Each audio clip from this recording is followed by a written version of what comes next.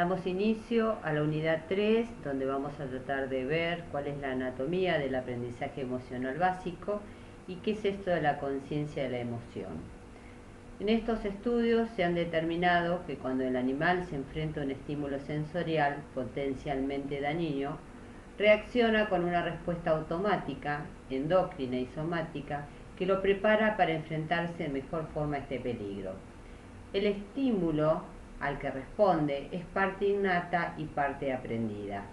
Luego de que el estímulo sensorial impresiona al receptor correspondiente, la señal llega al tálamo y desde allí hacia la amígdala, principal núcleo involucrado en la adquisición de la respuesta emocional básica y el almacenaje de la información primitiva.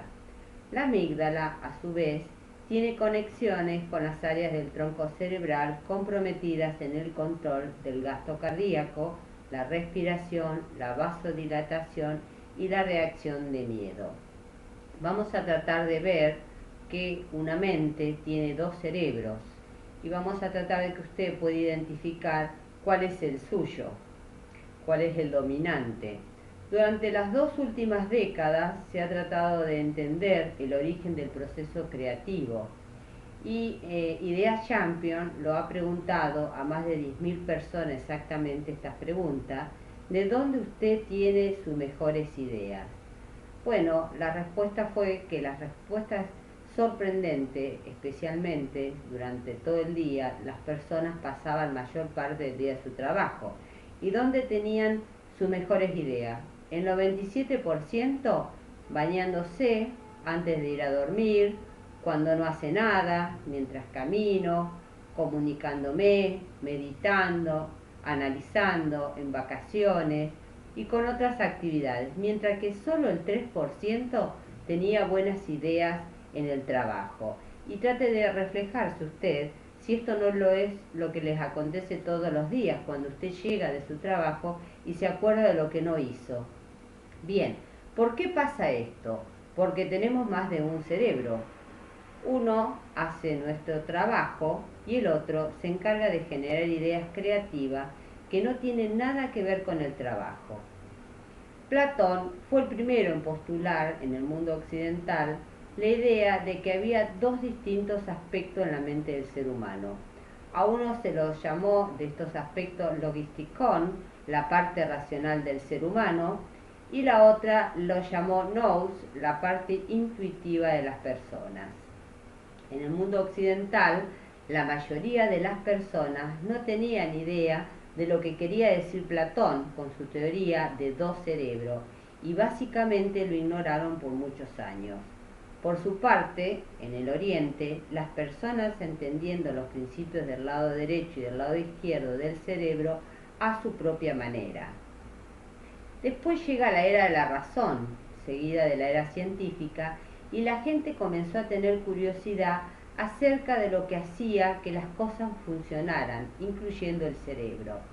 En el siglo XIX, los científicos comenzaron a especular acerca de esto, hasta que se dieron cuenta de que el cerebro parecía estar compuesto por dos mitades o dos hemisferios, los cuales probablemente controlaban diferentes aspectos del organismo humano. Bien, el lado izquierdo está asociado con el intelecto y está relacionado con el pensamiento convergente, abstracto, analítico, calculado, lineal, secuencial y objetivo, y se centra en los detalles en todas las partes del todo. Este lado produce pensamientos que son directos, verticales, sensibles, realistas, fríos, poderosos y dominantes. En general en las profesiones, los ingenieros tienen esta fama de usar este tipo de pensamientos. El lado derecho está asociado a la intuición y está relacionado con el pensamiento divergente, imaginativo, metafórico, no lineal, subjetivo y se centraba en el todo de las cosas. Este lado produce pensamientos que son flexibles, divertidos, complejos, visuales, diagonales, místicos y sumisos.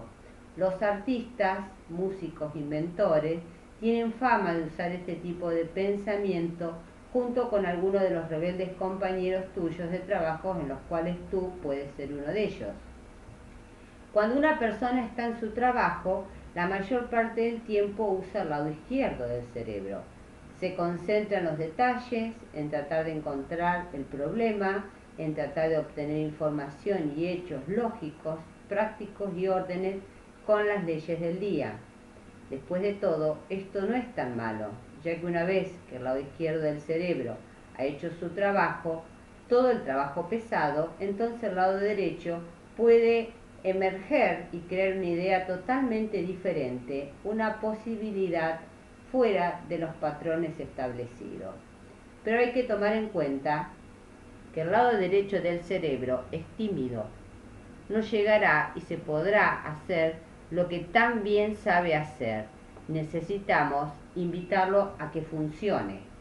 Entonces, ¿cómo lo invitamos a funcionar al lado derecho? Haciendo actividades que el lado derecho controla. Por ejemplo, esto de manejar esta habilidad que tienen los malabaristas. Otro ejemplo es salga a pasear. Exactamente eso, ve a caminar, dar vueltas, saltar, correr. Cuando tu cuerpo se mueve, tu lado derecho se activa. No sé si ustedes sabían que Mozart hacía ejercicio antes de hacer sus composiciones brillantes. Escuchen música, o mejor tóquenla, especialmente música sin letra, o que canten con un lenguaje que uno entienda. Nakastasma, un inventor japonés con más de 2000 patentes, escuchaba la novena sinfonía de Beethoven antes de la fase de ejecución de sus proyectos.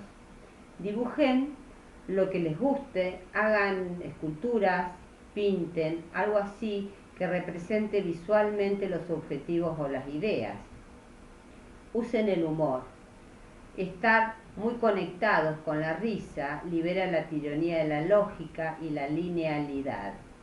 Cambien el look, cambien el aspecto del espacio en el trabajo y traten de respetar las normas del lugar donde están.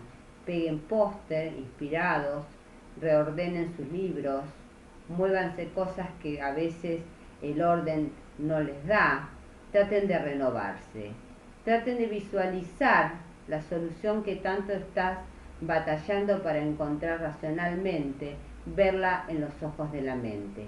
Rara vez pienso solo con palabras, decía Albert Einstein. Bien, salgan del problema cuando lo tengan. Traten de no hacer nada.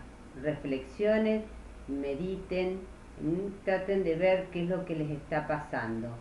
¿Por qué molestarnos en activar nuestro lado derecho? Para no tener que esperar hasta que salga del trabajo para tener buenas ideas. Para no estar limitado a lo racional y lineal del lado izquierdo. La verdad es que necesitamos ambos, el lado derecho y el lado izquierdo. El truco es saber cómo moverse de un lado a otro con facilidad. Vamos a hacer este test donde usted va a ver que la bailarina gira. Si puede verla girando en el sentido de las manecillas del reloj, usted está utilizando el hemisferio derecho de su cerebro. Si logra ver la figura en sentido contrario de las manecillas del reloj, usted está utilizando el hemisferio izquierdo. Algunas personas pueden verla girar en ambos sentidos, otras solo pueden verla girar en uno solo. Si logra ver que la figura gira en ambos sentidos, dice los expertos que tu inteligencia está por encima de los 160. Bien, vamos a ver cómo funciona el lado izquierdo. Empleo de la lógica orientada a detalles, basada en hechos y palabras y lenguajes presentes, y pasada matemática y ciencia que puede convencer el conocimiento, reconocer orden, percepción de los modelos, conocer el nombre de los objetos, basado en una realidad de forma, de estrategia, práctica y seguro. ¿Cuáles son las funciones del lado derecho? Usa los sentimientos que están orientados a ver el panorama de manera imaginativa, símbolos, imágenes, presente y futuro, filosofía, religión, puede obtener, creer, apreciar, percepción espacial sobre las funciones de los objetos basada en la fantasía presente, posibilidad impetuosa y tomar riesgo. Bien, espero que ustedes puedan haber encontrado cuál es su sistema dominante y a partir de ahora poder hacer mejor uso de su inteligencia. Vamos a ver de qué manera este significado de las emociones afectan a nuestras empresas o a nuestro lugar de trabajo. Es necesario, antes de adentrarnos en el papel que juega la emoción en una empresa, destacar que existen dentro de esta un término que es necesario analizarlo con el tema que nos ocupa y es el relacionado con la inteligencia organizacional, llamada indistintiva inteligencia corporativa o inteligencia empresarial. Orozco, un destacado autor cubano estudioso de este tema, define con un concepto muy completo a la inteligencia empresarial y precisa que es una herramienta gerencial cuya función es facilitar a las administraciones el cumplimiento de la misión de su organización mediante el análisis de la información relativa a su negocio o a su entorno. La inteligencia organizacional es la capacidad de una organización para tomar decisiones efectivas como resultado del conocimiento adquirido y el conocimiento generado, a partir de la información interna precedente de los recursos humanos, los procesos, los productos, y la información externa, el análisis de las tendencias, clientes y competidores. Por lo tanto, la inteligencia organizacional es la capacidad intelectual de las organizaciones que no es precisamente la unión de varias personas inteligentes soportadas sobre la tecnología más avanzada disponibles para realizar sus funciones, sino que en ella el conocimiento individual se gestiona y se comparte, generando un nuevo conocimiento de carácter organizacional. Es válido apuntar que una organización colmada de inteligencias aisladas puede ser mucho menos inteligente que otra, con individuos de un menor coeficiente intelectual cuya decisión sea inteligente. Veamos entonces la relación entre ambas inteligencias. Muchas personas parecen ser inteligentes por su manera de hablar y actuar, sin embargo, no son capaces de resolver fácilmente los problemas de la vida cotidiana. Una persona inteligente presenta una habilidad excepcional para captar hasta la información más compleja del mundo exterior. Otra para responder apropiadamente a esa información y por último la habilidad de aprender rápidamente. De acuerdo con estos dos aspectos, los individuos tienen diferente grado de inteligencia y en este sentido también las organizaciones ostentan diferentes grados de inteligencia. Por lo tanto, el hombre es el principal recurso en una organización y la expresión de la inteligencia corporativa depende de la inteligencia humana. Ahora, en busca del éxito que necesitamos todos los trabajadores y que repercute en los objetivos de la organización, quedó demostrado por Goleman que la superioridad técnica e intelectual tiene poca importancia. Diferentes autores han abordado el tema de la inteligencia emocional en la empresa, sin embargo, los hallazgos encontrados por Goleman son los más aceptados, con los que particularmente comparto. Por eso, en todas las explicaciones siguientes, me apoyo en este autor. Afirmó que la aptitud emocional es algo así como una metahabilidad que determina cómo podemos utilizar cualquier otro talento, incluido el intelecto. Lo cual es cierto, no existe conducta humana sin que esté presente una emoción, y el manejo positivo de la misma facilita en gran medida el éxito de la tarea que vamos a emprender. Las emociones y los estados de ánimo son fuertemente contagiosos dentro de una empresa y de ese tono anímico que se difunde por la empresa depende parte considerable de su éxito o de su fracaso. Algunos estudios han llegado a cuantificar los mayores ingresos que un negocio del sector del servicio puede obtener gracias a un buen clima emocional entre sus empleados. Goleman afirma que los ingresos de una empresa crecen un 2% por cada 1% de mejora en ese ambiente emocional y que el clima de una empresa depende hasta de un 70% de las acciones de sus líderes. Con este enfoque más centrado en el mundo empresarial y gerencial. Si usted no ha desarrollado las unidades de clima laboral y liderazgo, se los recomendamos a fin de poder afianzar estos conceptos.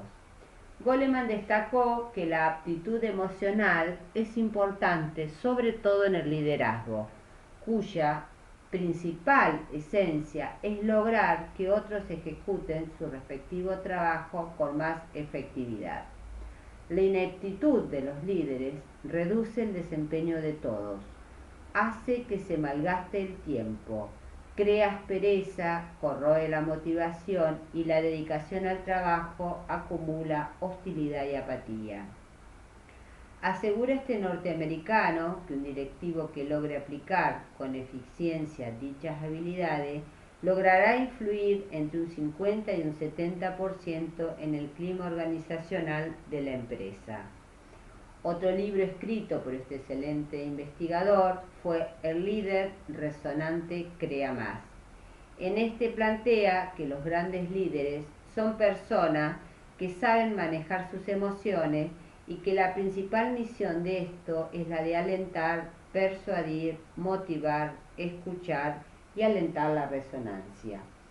Ciertamente, el nuevo modelo por el que abogan los liderazgos de este siglo debe tener en cuenta los aspectos emocionales. El liderazgo no se debe apoyar tanto en la autoridad como en el arte de las relaciones. Para este autor, la inteligencia emocional, los dirigentes que no tienen éxito, soportan mal las presiones de trabajo y generalmente están de mal humor, con ataques de cólera, mientras que los triunfadores con empatía, servicial y respetuoso, tanto con sus subordinados como con su jefe, están de mucho mejor humor. La falta de inteligencia puede repercutir de forma negativa en las personas e incluso arruinar su carrera profesional. Es preciso aclarar que este tipo de inteligencia no se establece al nacer, se crea y se alimenta con el desarrollo de nuestra vida. El que dirige debe ser capaz de manejar situaciones complejas de relaciones y comportamientos humanos para los cuales es necesario, entre otras habilidades, saber establecer una relación de comprensión y confianza entre la gente que se dirige, saber escuchar, ser capaz de persuadir en forma convincente y de generar entusiasmo y compromiso en la gente. Pero para lograr esto es necesario que antes sea capaz de identificar cuál es su estado anímico, conocer cuáles son sus fortalezas y sus debilidades, a fin de explotar las fortalezas y neutralizar las debilidades, controlando sus emociones y ser capaz de motivar con lo que se hace. Si uno no es capaz de sentir entusiasmo por lo que hace, difícilmente podrá generar entusiasmo en lo que lo rodean. Cuentan que León Tolstoy, el famoso escritor ruso, dijo en una ocasión: la felicidad no está en hacer lo que uno quiere, sino en querer lo que uno hace. Tras estudiar cientos de empresas, Goleman llegó a la conclusión de que las habilidades de inteligencia aumentan cuando más se asciende en la organización. Cuando más alto es el puesto, menos importante resultan las habilidades técnicas y más importantes son las aptitudes de la inteligencia emocional. Hoy en día no se puede ser un líder o un gerente sin tener en cuenta esto. Por eso es muy importante la capacitación. Este científico también reconoce que tantos puestos de trabajo como los de dirección requieren al menos un mínimo de conocimiento para garantizar cierto desempeño. sin llegar a la excelencia, pero que el mayor porcentaje de factores para lograr el éxito en la tarea corresponde a los factores emocionales y de esta forma particular a lo que él llama competencia emocional. Se plantea que los profesionales más brillantes, además de su propia inteligencia académica, son hábiles a la hora de reconocer su propio sentimiento y hacia los demás. Son capaces de controlar sus estados de ánimos, impulsos y recursos internos. La inteligencia emocional comprende una serie de habilidades que se caracterizan como genéricas, jerárquicas e interdependientes. En otras palabras, cada una requiere de la otra para poder desarrollarse y se sirven de base una a otra con necesidad de distintos grados según los tipos de trabajos y las tareas que se cumplen.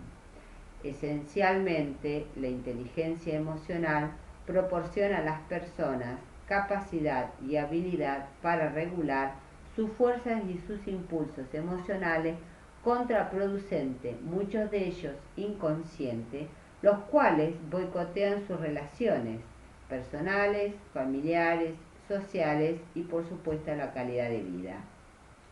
Reconoce que una persona posee una inteligencia emocional determinada por cualidades como el autocontrol, la empatía, entusiasmo, persistencia, motivación, destreza, autoconfianza y confianza. Es decir, que para alcanzar cierta inteligencia emocional no solo es necesario conocer qué se necesita, sino que se extiende más allá de esto y es necesario ponerla en práctica en las áreas de lograr determinada competencia emocional. Las personas que muestran una buena competencia disfrutan de una situación ventajosa en los diversos dominios y dimensiones de la vida, por eso se sienten más satisfechos consigo mismos y resulta más eficaz en la tarea que emprenden. Por consiguiente, la emoción determina el nivel de rendimiento que somos capaces en estado de equilibrio o desequilibrio emocional, así como determinan qué tipo de relación mantendremos con nuestros subordinados, liderazgo, con nuestros superiores, adaptabilidad, o con nuestros pares, trabajo en equipo. Las emociones determinan cómo respondemos, cómo nos comunicamos, nos comportamos y funcionamos en el trabajo o en la empresa. En su libro, Goleman, Trabajando con Inteligencia, identifica las competencias que dependen de los estados de ánimo y que determina el desempeño exitoso en el trabajo. Dice que se trata de 25 habilidades que se derivan de 5 áreas: autoconciencia, autorregulación, motivación, empatía y habilidad social, de la teoría formulada por Salovey y Mayer en 1990. Estas capacidades son: el área 1, autoconciencia, implica reconocer los propios estados de ánimo, los recursos y las intuiciones. Conciencia emocional, identifica la propia emoción y sus posibles efectos. La correcta autovalorización, conocer las fortalezas y limitantes propias. La autoconfianza, un fuerte sentido del valor y de la capacidad propia. El área 2, la autorregulación, el manejo de los propios estados, impulsos y recursos. El autocontrol mantiene vigilada las emociones y los impulsos. La confianza mantiene el estándar adecuado de honestidad e integridad. Y la conciencia, el compromiso consigo mismo, o sea, asumir las responsabilidades del propio desempeño laboral. La adaptabilidad, la flexibilidad en el manejo de las situaciones de cambio y la innovación, sentirse cómodo con las nuevas informaciones, las nuevas ideas y las nuevas situaciones. El área 3, motivación, es de intensidad y dirección de las emociones que guían o facilitan el cumplimiento de las metas establecidas. Este impulso hacia el logro, este esfuerzo por mejorar o alcanzar un estándar de excelencia laboral. El compromiso, o sea, alinearse con la meta del grupo y la organización, la iniciativa, disponibilidad para reaccionar ante las oportunidades, optimismo, persistencia en la consecución de los objetivos a pesar de los obstáculos y retrocesos que puede haber. El área 4, la empatía, esta conciencia de los sentimientos, necesidades y preocupaciones de los otros. Comprensión de los otros, percibir los sentimientos y perspectivas de los compañeros de trabajo, desarrollo de los otros, o sea, estar atento a las necesidades de desarrollo de los otros y fortalecer sus habilidades, servicio de orientación, anticipar, reconocer y satisfacer las necesidades reales del cliente. Diversificación, cultivar la oportunidad laboral en los distintos tipos de personas. Conciencia política, ser capaz de captar y de comprender las corrientes emocionales del grupo, así como el poder de las relaciones entre sí mismos. El área 5, la habilidad social, inducir respuestas deseadas en los otros. Esta influencia, esta idea y realizar adecuadas tácticas efectivas de persuasión. Comunicación, saber escuchar abiertamente al resto y elevar mensajes convincentes. El manejo del conflicto, saber negociar y resolver los desacuerdos que se presenten dentro del equipo de trabajo. Liderazgo, esta capacidad que inspiran y guían a los individuos y al grupo en su conjunto. Esta catalización del cambio, o sea, iniciador o administrador de las nuevas situaciones. Contribuir a lazos, alimentar y reforzar las relaciones interpersonales dentro del grupo.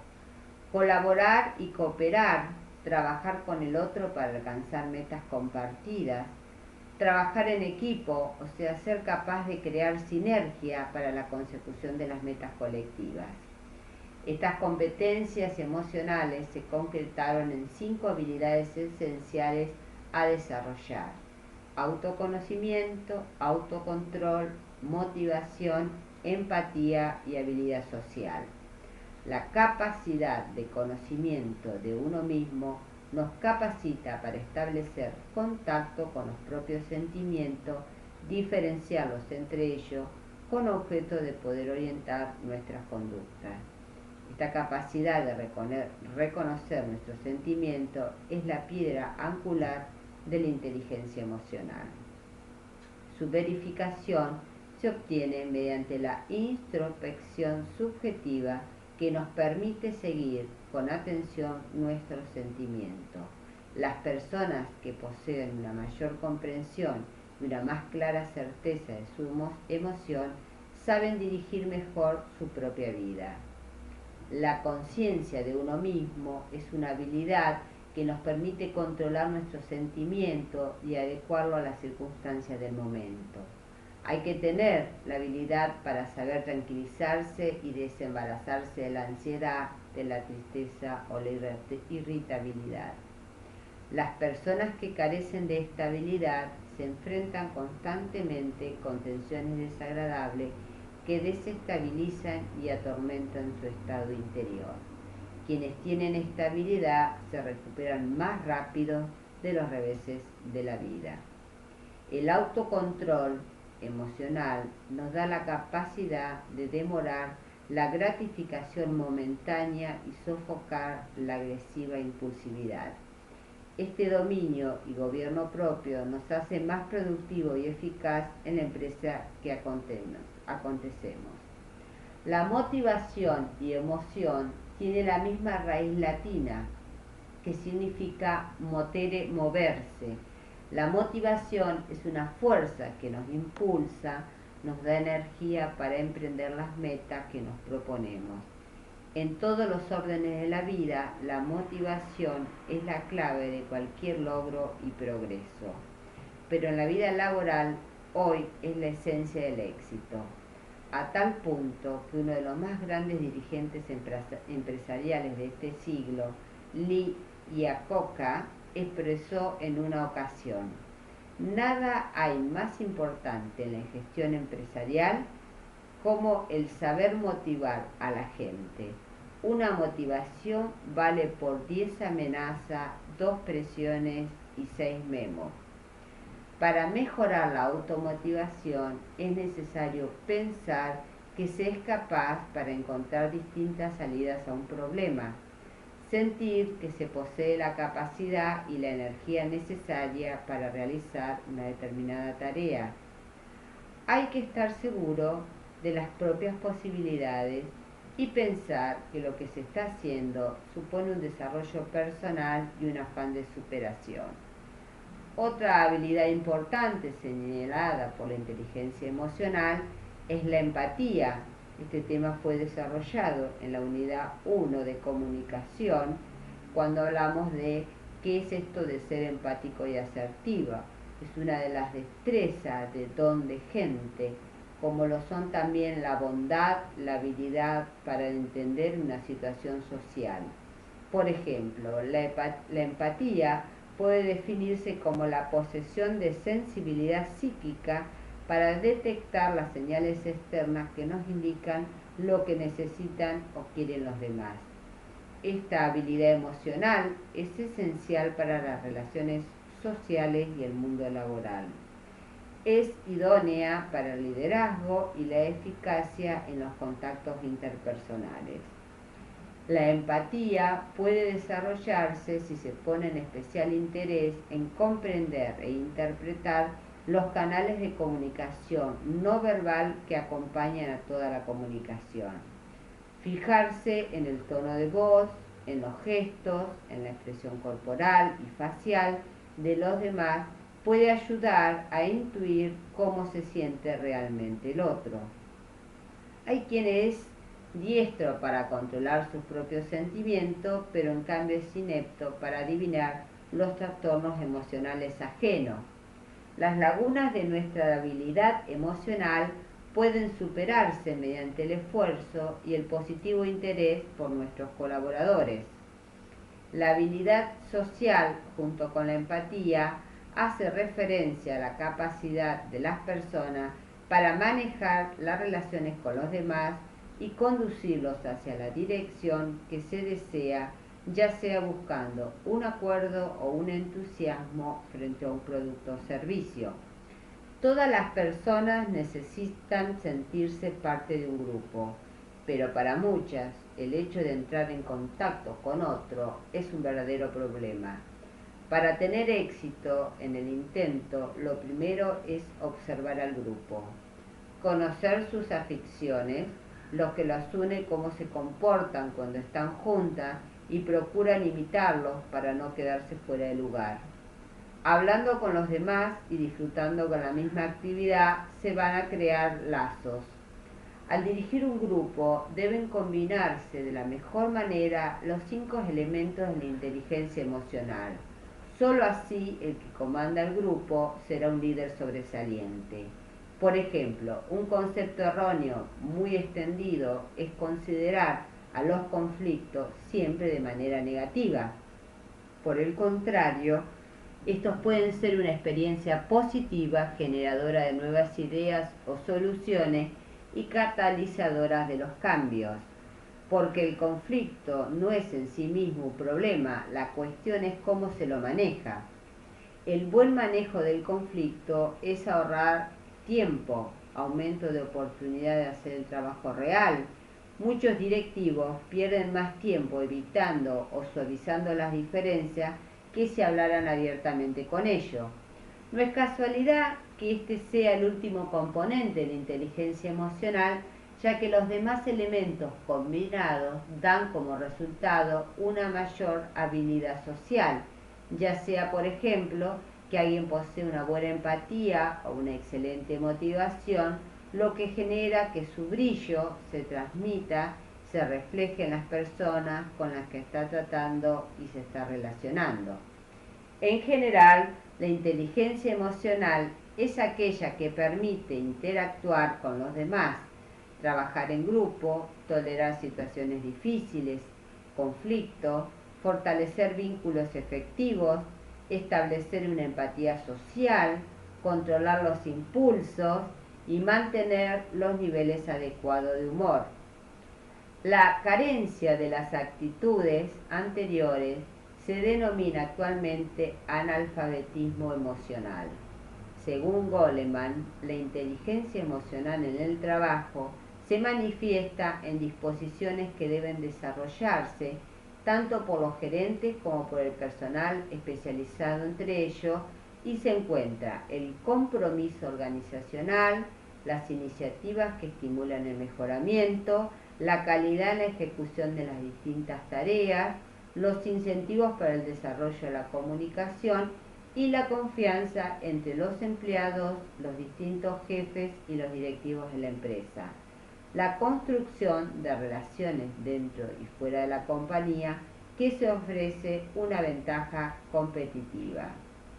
El incentivo de una constante colaboración apoyó e intercambió de fuentes y recursos y fuente la innovación, riesgo y enfrentamiento de cualquier situación como un equipo y la pasión por el aprendizaje y el mejoramiento continuo.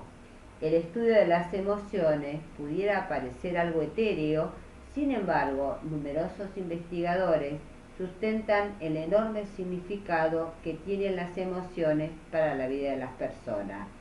Pero ¿cómo podemos apropiarnos de la habilidad emocional para bien personal y el de la empresa? En la teoría esto es fácil de entender, pero llevarlo a la práctica requiere del esfuerzo y del compromiso de cada uno de los sujetos implicados. Bueno, vamos a dar por finalizado esta unidad. Lo que les pediría es que traten de ver, si son jefes o líderes, de encontrar cuáles son las habilidades emocionales individuales de cada uno de su grupo de trabajo y tratar, porque a veces cometemos los líderes errores, que cuando se unen en pos de poder trabajar de una manera diferente, en general en enfermería se trata de desarmar grupos, y a veces, si ellos están cómodos, hay que tratar de fomentar el buen desempeño y la motivación interna del grupo. Le doy las gracias y pasamos a la próxima unidad a desarrollar y a continuar con la inteligencia emocional en el trabajo. Muchas gracias.